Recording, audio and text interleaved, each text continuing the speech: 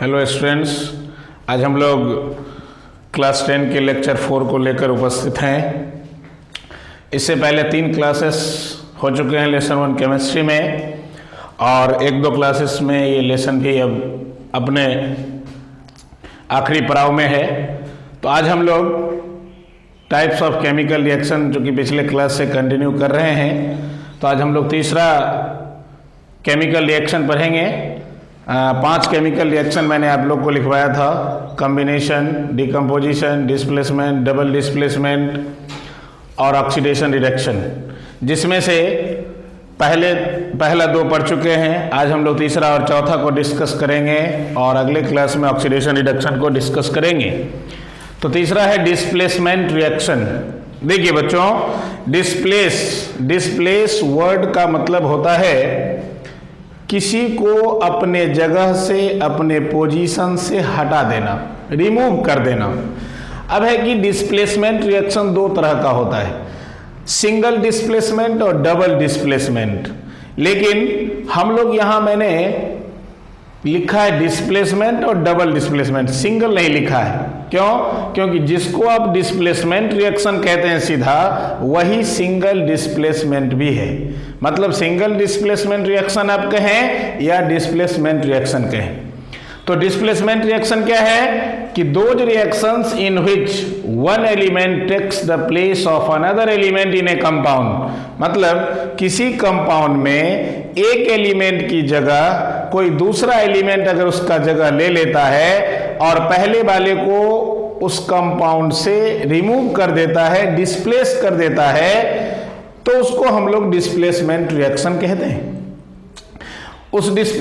इसी डिस्प्लेसमेंट को हम लोग सिंगल डिस्प्लेसमेंट का क्या मतलब कि एक बार में एक मोर रिएक्टिव एलिमेंट एक लेस रिएक्टिव एलिमेंट को डिस्प्लेस कर दे, तो सिंगल डिस्प्लेसमेंट।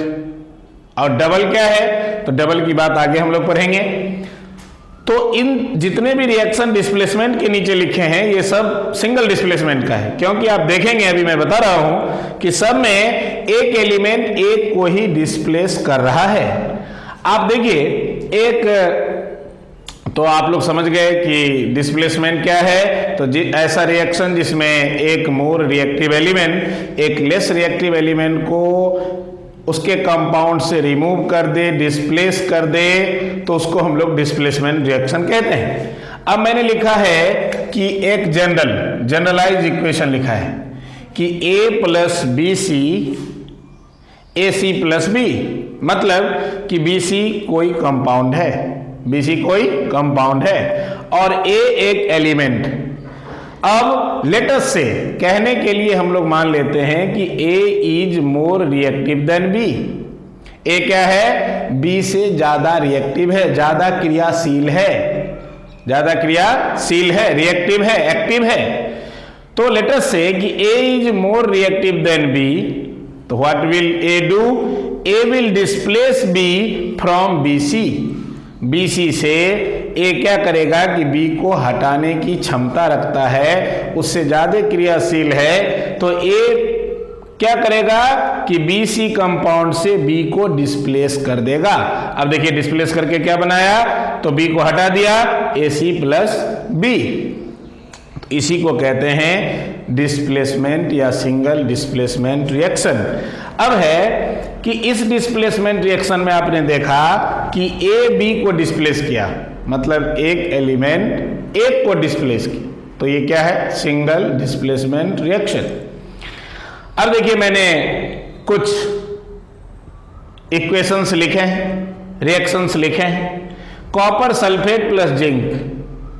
अब आप कहेंगे, एक सवाल उठता है कि सर आपने कहा कि let's say A is more reactive than B, so A displaces B from BC.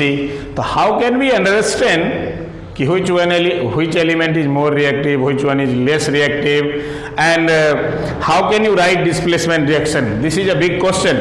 So you have to understand the reactivity series for understanding the displacement reactions clearly. Displacement reaction को समझने के लिए थोड़ा सा हम लोग इस रिएक्शन से अलग 2 मिनट के लिए चलते हैं कि रिएक्टिविटी सीरीज। अब देखिए ये रिएक्टिविटी सीरीज, जिसको एक्टिविटी सीरीज भी कहते हैं, आप लेसन 3 केमिस्ट्री में मेटल एंड मेटल में मैं फिर से बताऊंगा, लेकिन अभी आपको डिस्प्लेसमेंट समझाने के लिए मैं समझा रहा हूं। रिएक्टिविटी सीरीज क्या है? रिएक्टिविटी सीरीज या उसको एक्टिविटी सीरीज भी कहते हैं, यह एक मेटल का सीरीज है, नहीं, जिसमें एलिमेंट जो हैं या मेटल्स जो हैं वो एक कॉलम वाइज वर्टिकल कॉलम में रखे गए हैं। किस हिसाब से? तो डिक्रीजिंग रिएक्टिविटी के हिसाब से। तो what is reactivity series? It is a series in which the metals are arranged in a vertical column, in a vertical column in order of their decreasing reactivity, अपने घटते हुए रिएक्टिविटी के आधार पर जिस कॉलम में, जिस सीरीज में element को रखा गया है, खास करके मेटल को, इसी को रिएक्टिविटी सीरीज कहते हैं। क्या कहते हैं? Reactivity series. इस सीरीज से क्या फायदा है? तो इस सीरीज को पढ़ने से फायदा यह है कि हम लोग मेटल की रिएक्टिविटी को जानते हैं, याद रख सकते हैं, और इससे कई रिएक्शन को लिखने में हमें मदद मिलती है। क्या मदद मिलती है? तो हम लोग इस रिएक्टिविटी सीरीज को देखकर ही नहीं, आप इसको याद भी रखेंगे। मैंने लिखा भी है रिएक्टिविटी सीरीज को बोर्ड पर। देखिए, सबसे ऊपर पोटेशियम, उससे नीचे sodium, calcium, magnesium, aluminium, zinc, iron, tin, lead. अब देखिए जितना भी मैंने नाम सुनाया आपको पढ़कर, ये सब मेटल है।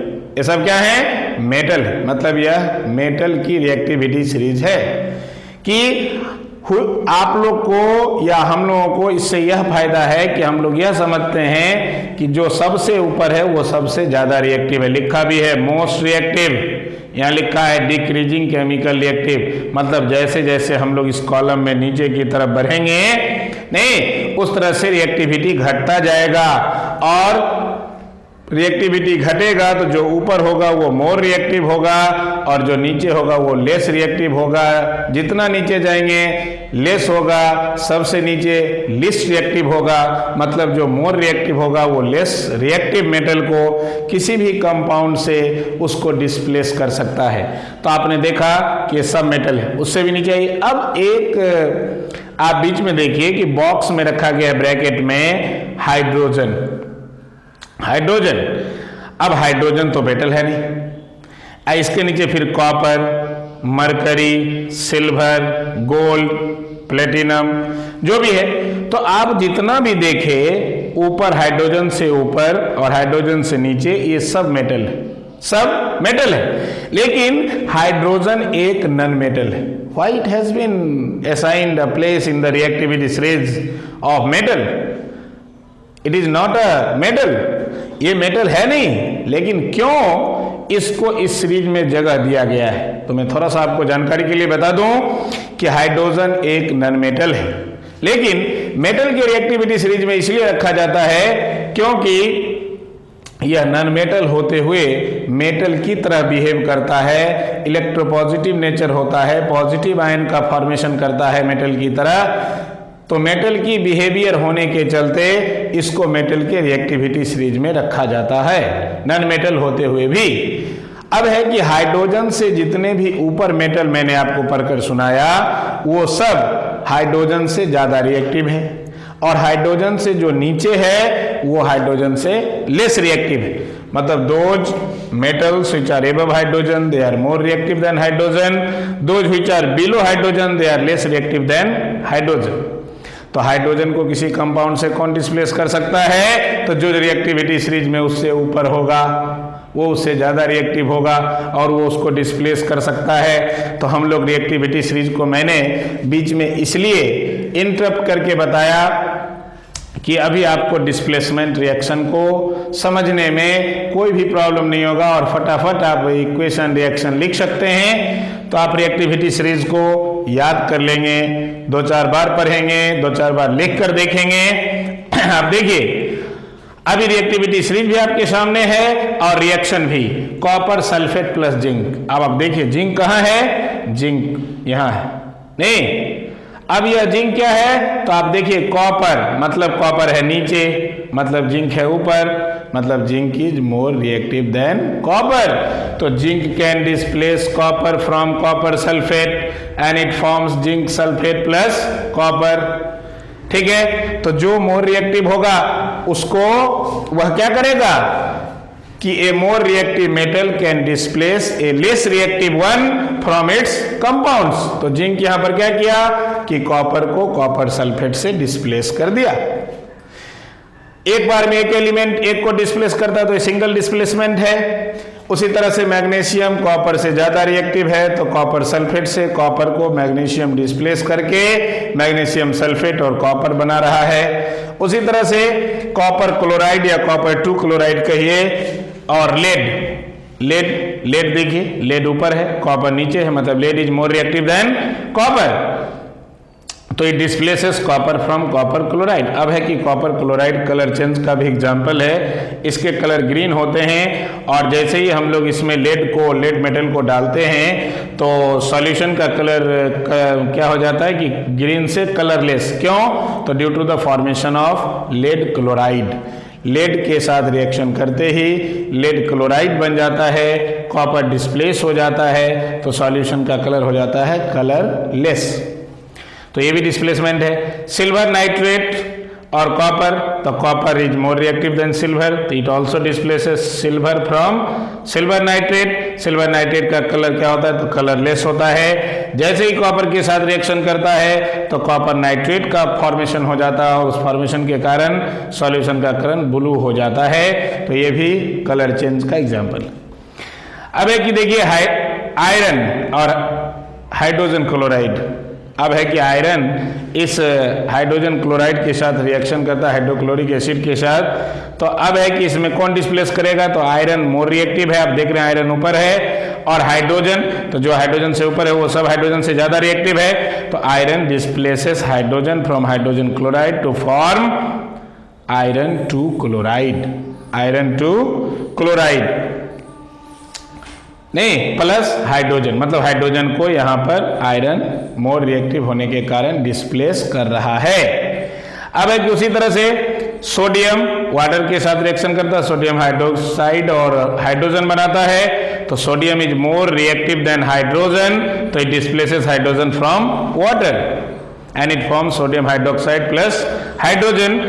उसी तरह से अब देखिए ये सब जितना भी एग्जाम्पल आप ऊपर मैंने बताया आपको, ये सब मेटल से रिलेटेड था। एक और है क्लोरीन प्लस पोटेशियम आयोडाइड। अब देखिए पोटेशियम आयोडाइड और क्लोरीन, इसमें तो कहीं क्लोरीन और आयोडीन आपको नजर नहीं आया।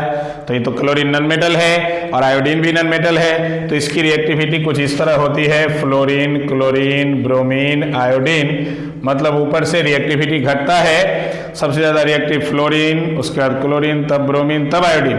तब कौन आपको रिएक्टिव दिख रहा है? मतलब chlorine is more reactive than iodine, तो it can displace iodine from potassium iodide and it forms potassium chloride plus iodine.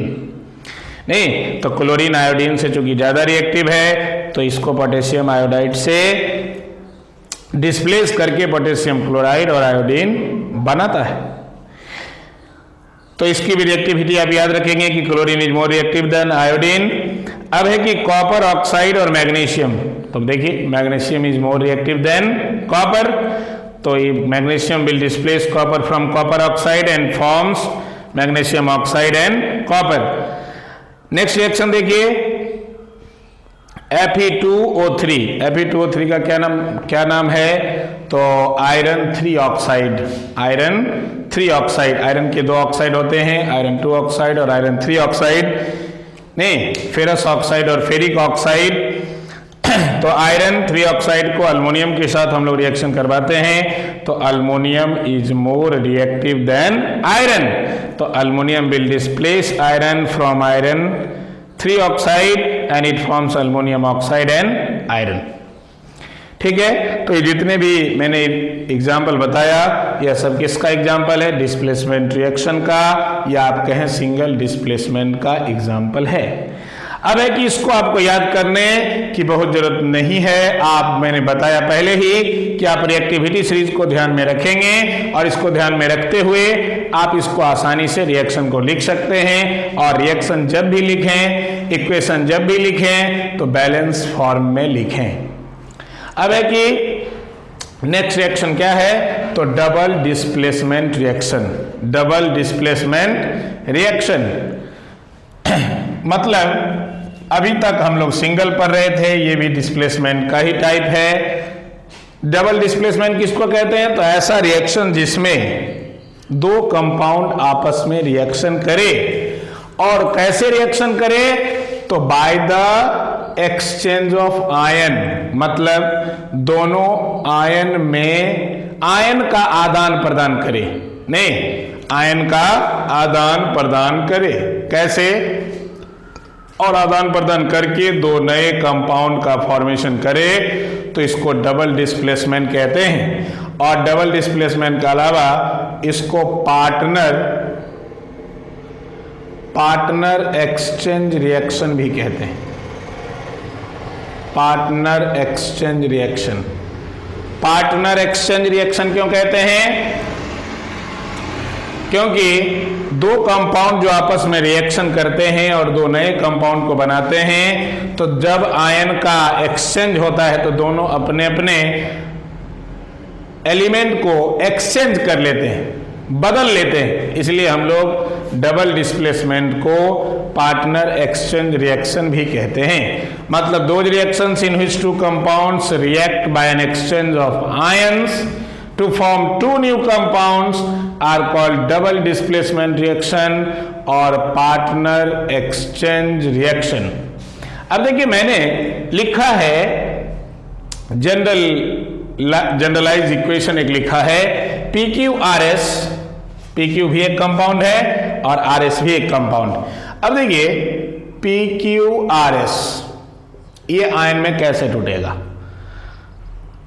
आप 9 में ही आयन पढ़े हैं, P प्लस Q माइनस, ये कैसे, तो R प्लस S माइनस। नहीं, अब हम लोग जानते हैं कि पॉजिटिव आयन वाला जो पॉजिटिव जो आयन है, it will combine with negative ion and this negative ion will combine with other positive ion. मतलब ये पॉजिटिव आयन इस नेगेटिव के साथ कंबाइन करके कंपाउंड बनाएगा और ये नेगेटिव आयन इस पॉजिटिव के साथ कंपाउंड बनाएगा। तो आप देख रहे हैं कि दोनों कंपाउंड का एलिमेंट आपस में एक्सचेंज हो रहा है आयन के फॉर्म में। आयन के एक्सचेंज से अब जो कंपाउंड बनेगा वो आयन के एक्सचेंज से बनेगा। तो क्या बन रहा है, सो देखिए, ये P plus Q minus R plus S minus, तो P प्लस और S माइनस एक साथ होकर कंपाउंड क्या होगा, PS और प्लस ये क्या हो जाएगा, RQ कहें या QR, RQ। देखिए अब देखिए, पहले P Q के साथ था, R S के साथ था, नहीं, अब क्या हुआ कि P S के साथ और Q R के साथ, तो ये क्या हुआ, दोनों का एलिमेंट एक्सचेंज हो गया, आयन के रूप में एक्सचेंज हुआ। तो आयन के एक्सचेंज से दो नए कंपाउंड का फॉर्मेशन हुआ, PS और RQ। तो इस तरह के रिएक्शन को ही हम लोग डबल डिस्प्लेसमेंट रिएक्शन कहते हैं। अब देखिए मैंने एग्जाम्पल सब लिखा है कि सिल्वर नाइट्रेट को सोडियम क्लोराइड से रिएक्शन करते हैं। अब देखिए एक बात मैं आपको बता देता हूं, पॉइंट टू बी नोटेड, कि डबल डिस्प्लेसमेंट रिएक्शन जो होते हैं और इसमें जो रिएक्टेंट आपस में जब रिएक्शन करते हैं तो ये सॉल्यूशन फॉर्म में करते हैं, एक्वस फॉर्म में करते हैं। और दोनों रिएक्टेंट जब रिएक्शन करते हैं तो उसमें से एक प्रोडक्ट जो बनता है वो इनसॉल्युबल प्रोडक्ट होता है। इनसॉल्युबल प्रोडक्ट मतलब सॉलिड फॉर्म में प्रोडक्ट बनते हैं और सॉलिड प्रोडक्ट को क्या कहते हैं, तो प्रेसिपिटेट कहते हैं। प्रेसिपिटेट कहते हैं तो प्रेसिपिटेट के रूप में एक प्रोडक्ट रिएक्शन के दौरान सॉल्यूशन से सेपरेट हो जाता है। इसलिए डबल डिस्प्लेसमेंट रिएक्शन को फर्दर अगर हम लोग क्लासिफाई करते हैं तो दो तरीके से क्लासिफाई करते हैं। एक आपको प्रेसिपिटेशन रिएक्शन कहते हैं और एक न्यूट्रलाइजेशन रिएक्शन। आप देखिए ये भी रिएक्शन का टाइप है, लेकिन इस दोनों रिएक्शन को मैं आप लोगों को इसी डबल डिस्प्लेसमेंट के अंतर्गत अभी समझा देता हूं। कि मैंने क्या कहा कि डबल डिस्प्लेसमेंट में जो रिएक्टेंट होते हैं वो जब रिएक्शन करता है तो आपको सॉल्यूशन के फॉर्म में करता है, एक्वस फॉर्म में करता है, और रिएक्शन करने के बाद एक जो प्रोडक्ट होता है वो आपको इनसॉल्युबल प्रोडक्ट बनता है, सॉलिड प्रोडक्ट बनता है। सॉलिड प्रोडक्ट को प्रेसिपिटेट कहते हैं, जो रिएक्शन के दौरान सॉल्यूशन से सेपरेट हो जाता है। तो जैसे देखिए सिल्वर नाइट्रेट और सोडियम क्लोराइड जब रिएक्शन करते हैं, दोनों को हम लोग जब आपस में मिलाते हैं तो सिल्वर क्लोराइड बनता है। सिल्वर क्लोराइड एक सॉलिड प्रोडक्ट है और इसके बनते ही किस कलर का, तो ये व्हाइट कलर का सॉलिड प्रोडक्ट बनता है और इसको हम लोग कहते हैं व्हाइट पीपीटी। पीपीटी मतलब precipitate solid product which separates out from the solution during the reaction. तो सिल्वर क्लोराइड और सोडियम नाइट्रेट का फॉर्मेशन होता है। तो आप देखिए कि इसमें कैसे बदला, इसमें कैसे बदला, तो सिल्वर, मैं एक को बता देता हूं, इसी तरह से सब silver nitrate Ag plus NO3 minus Na plus Cl minus, देखिए आयन में टूटा। अब देखिए Ag plus will combine with Cl minus, Na plus will combine with NO3 minus, तो क्या बन जाएगा, silver chloride plus sodium nitrate. तो दोनों आपस में रिएक्शन करके आयन का एक्सचेंज करते हैं और सिल्वर क्लोराइड और सोडियम नाइट्रेट का फॉर्मेशन करते हैं। सिल्वर क्लोराइड आपको प्रेसिपिटेट के रूप में सेपरेट हो जाता है, व्हाइट कलर के प्रेसिपिटेट के रूप में, तो यह एक प्रेसिपिटेशन रिएक्शन का भी एग्जाम्पल है। इसी तरह से बेरियम क्लोराइड कॉपर सल्फेट के साथ रिएक्शन करता है तो दोनों आपस में आयन को एक्सचेंज करके बेरियम सल्फेट और कॉपर क्लोराइड बनाता है। बेरियम सल्फेट भी व्हाइट कलर के प्रेसिपिटेट के रूप में सॉल्यूशन से सेपरेट हो जाता है। ये भी व्हाइट प्रेसिपिटेट के रूप में बेरियम सल्फेट सेपरेट होता है, तो ये भी प्रेसिपिटेशन का एग्जाम्पल है। लेकिन हम लोग इन तमाम रिएक्शन को किसके अंतर्गत पढ़ रहे हैं, डबल डिस्प्लेसमेंट में। अब एक उसी तरह से कॉपर सल्फेट और हाइड्रोजन सल्फाइड रिएक्शन करता है तो कॉपर सल्फाइड और हाइड्रोजन सल्फेट बनाता है। तो आप देखिए कॉपर सल्फाइड जो बनता है तो ये ब्लैक कलर के प्रेसिपिटेट के रूप में सेपरेट हो जाता है, तो ये भी प्रेसिपिटेशन रिएक्शन का एग्जाम्पल है और डबल डिस्प्लेसमेंट का भी एग्जाम्पल है। अब देखिए लेड नाइट्रेट और पोटेशियम आयोडाइड जब रिएक्शन करता है आपस में तो ये लेड आयोडाइड और पोटेशियम नाइट्रेट का फॉर्मेशन करता है और ये लेड आयोडाइड येलो प्रेसिपिटेट के रूप में सेपरेट हो जाता है सॉल्यूशन से, तो ये प्रेसिपिटेशन का भी एग्जाम्पल है और डबल डिस्प्लेसमेंट का भी एग्जाम्पल है। क्यों? क्योंकि ये सब रिएक्शन में जो रिएक्टेंट हैं they react by exchange of ion to form two new compounds.